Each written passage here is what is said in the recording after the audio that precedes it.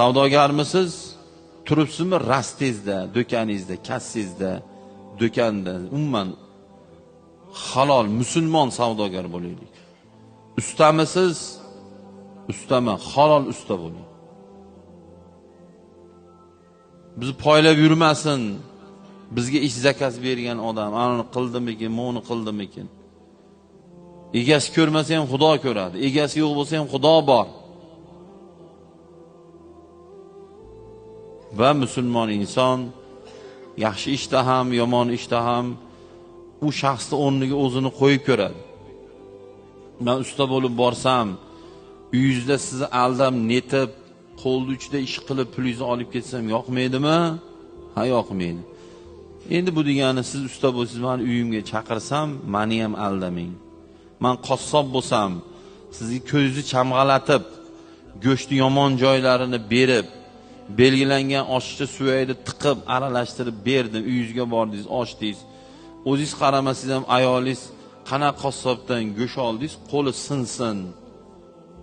Shuna go'sht beradimi desa, meni qo'lim sinadi, aniq.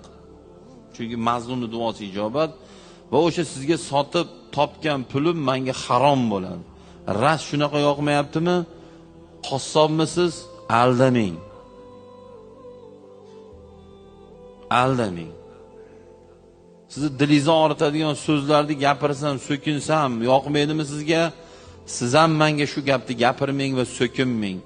Orqangizdan yomonlab bir joyda o'tirib g'iybat qilsak yoqmaydimi? Siz ham g'iybat qilmang boshqani. O'zimizni katta olib sizni bir tiyinga olmasdan ko'rishsak yoqmaydimi? Siz ham o'zingizni katta olmang boshqalarga nisbatan. Gapirib turib tarsak urib olsa yoqmaydimi? Siz ham tarsak urmang. Sizga tegishli bo'lgan opangizga, singlingizga, ayolingizga, xotiningizga yomon nazar qilsak yoqmaydimi? Siz ham bu yoqdagi musulmonlarning opa singlisiga, onasiga, ayoliga siz ham yomon nazarda qaramang. Qo'shni bo'lib turib sizga yomonlik qilsam yoqmaydimi? Siz ham qo'shnilarga yomonlik qilmang. Musulmon shunday bo'ladi, yaxshi odam bo'ladi.